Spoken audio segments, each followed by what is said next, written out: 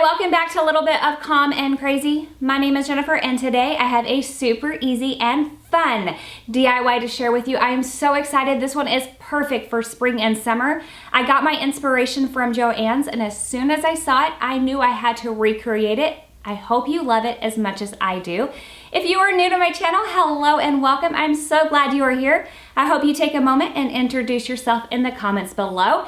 If you love this DIY as much as I do, please give it a big thumbs up so that I know. I want to hear from you. What are you hoping to see this summer from me? What kinds of DIYs are you looking forward to? So let me know that down below. I would love to see you over on Instagram. Is a little bit of Calm and Crazy over there, just like it is here. And let's go ahead and jump right on in to this DIY. Just for reference and for your convenience, a supply list will be listed in the description box below, but you will need a 4.5-inch clay pot and a 4.5-inch clay saucer for each candle holder, and you will need a 6-inch clay pot and a 6-inch clay saucer for the planted pot. You will also need some paint. I have chosen to use Waverly's chalk paint in Ivory, as well as Waverly's wax and antique. Go ahead and remove any of the stickers that you have on the clay pots as well as the saucers. After that, you can take your sandpaper and you can sand anywhere that there is some sticky residue left over from the sticker to get that the sticky residue off. Now this is a step I would not skip. If you see on here, it is pretty rough on that clay saucer. The pots are the same way. So take your sandpaper and go ahead and smooth out the rough edges that are on your saucers as well as your clay pots and make them really pretty and smooth and get them all prepped and ready to be painted. After everything has been sanded and wiped clean, go ahead and take your Waverly chalk paint in Ivory and paint everything, all 3 pots as well as all 3 saucers. Now, one tip that I do have for you, I have found that when you are painting clay pots, it is better to go around the circumference than it is to paint vertically. It seems to do better with the clay pots. So taking the antique wax and a smaller brush, I just draw a line about 3 inches, and then I take a paper towel and I wipe it. You do not want to wait too long because the antique wax can kind of set in and dry a little bit, and you definitely want to keep it kind of a light tone. It works a little bit like a stain would, and so the longer it sets in, the deeper it can become, and so you want to wipe away the excess. And I prefer to work in sections, and so I kind of worked in a row, and then I would turn the saucer or the pot and I would repeat the same thing. And so you can see here I did 3 lines. So I would do the top, the middle, and then the bottom, and then I would turn it and I would repeat the pattern, and I would do this on all 3 things. It did not matter what I was working on, whether I was working with the candle holders or the smaller pots, or I was working on the pot that would actually become the planted pot. It was the exact same process. The saucers have an actual place for you to place all of your lines. On the pots, you have your top and your bottom, but you have to kind of guess where you want your middle line to go. And for me, I wanted it to be a little bit above the halfway point. And so I just kind of did an eyeball of where I wanted that to go. And so that, again, is just a personal preference on where you want that to go. As you can see, again, my lines are not perfect. My brush has some hairs that are fraying.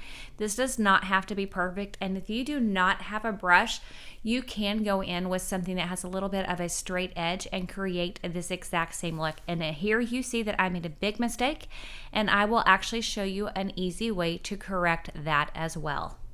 So just have fun with this project. Don't get worried about it. Just go around, put on your wax, wipe it off as you go.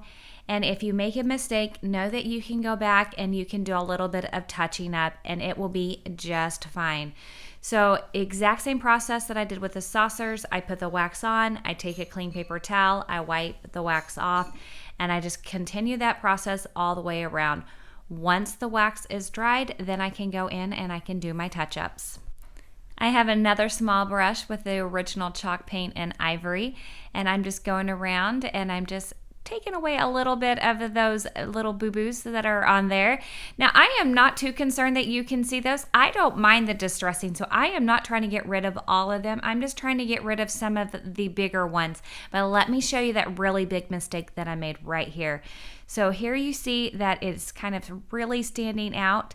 So here I just go in with a little bit of that just to take some of that away. Again, I'm not trying to make it perfect, but it does make it look a lot better. After all of that, I decided that the inside of the saucers also needed some dimension. So going back in with the Waverly Wax and Antique, went ahead and added 2 more rings around the inside of the saucer.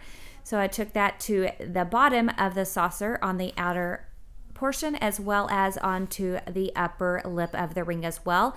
Same process where I put it around and I wiped off the excess. After everything has dried, get a finely gritted sandpaper and go in and sand anywhere that you have that antiqued wax and sand. And this will be the perfect finishing touch before you start assembling. You will be so surprised what a little bit of sanding can do. But this honestly is the perfect finishing touch. This is a step you do not want to skip out on. Once you finish sanding, now all you need is a little E6000 and you can start assembling all of your pots together. For your smaller 4 1/4 clay pots, which will be your candle holders, you need to take your clay pot and flip it upside down. You will be putting your E6000 on the bottom of your clay pot, just on that outer ring, because that is the part that sticks up just slightly. And then you will take your saucer and place it just right on top of that, which will now be your candle holder. Repeat that with a second one, and there you have it, 2 super easy candle holders, perfect for spring and summer.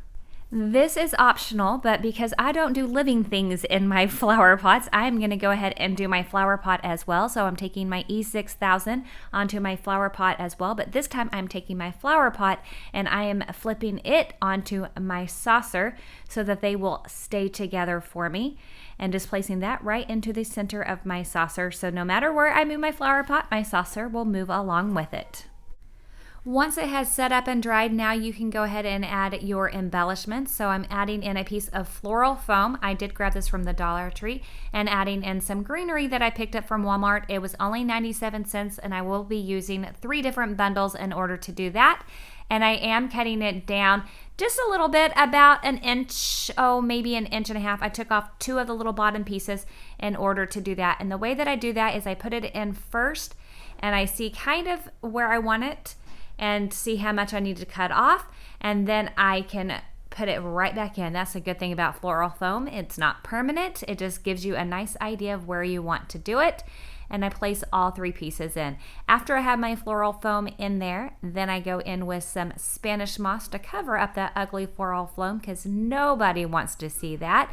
And there you have just the perfect greenery and floral pot for spring and summer. I love this, and I love having the matching candle holders. And let me show you just really quickly how I decorated my candles. Now, I would only suggest decorating a candle if you don't plan on burning it. I actually only burn my candles that are in glass jars. So I started off by taking some twine and tying it into a knot, and then just wrapping the twine around the candle. These candles came from Walmart. They are the 2.8 inches. A 3-inch candle would also work really well. Once I got it wrapped around, I came right back to the starting point, and then I just finished it by tying that into another knot, and then I just cut off the excess. This project is just unlimited. You can do different color of candles. You can embellish it in different ways. Again, if you're going to embellish your candles, you do not want to ever light them. And there you have it, beautiful and affordable spring and summer home decor. I love it. I would love to know what you think about it. If you have not hit that subscribe button, I would be thrilled if you decided to do so. If you enjoyed this DIY, please give this video a big thumbs up, and I will see you in the next video. Bye.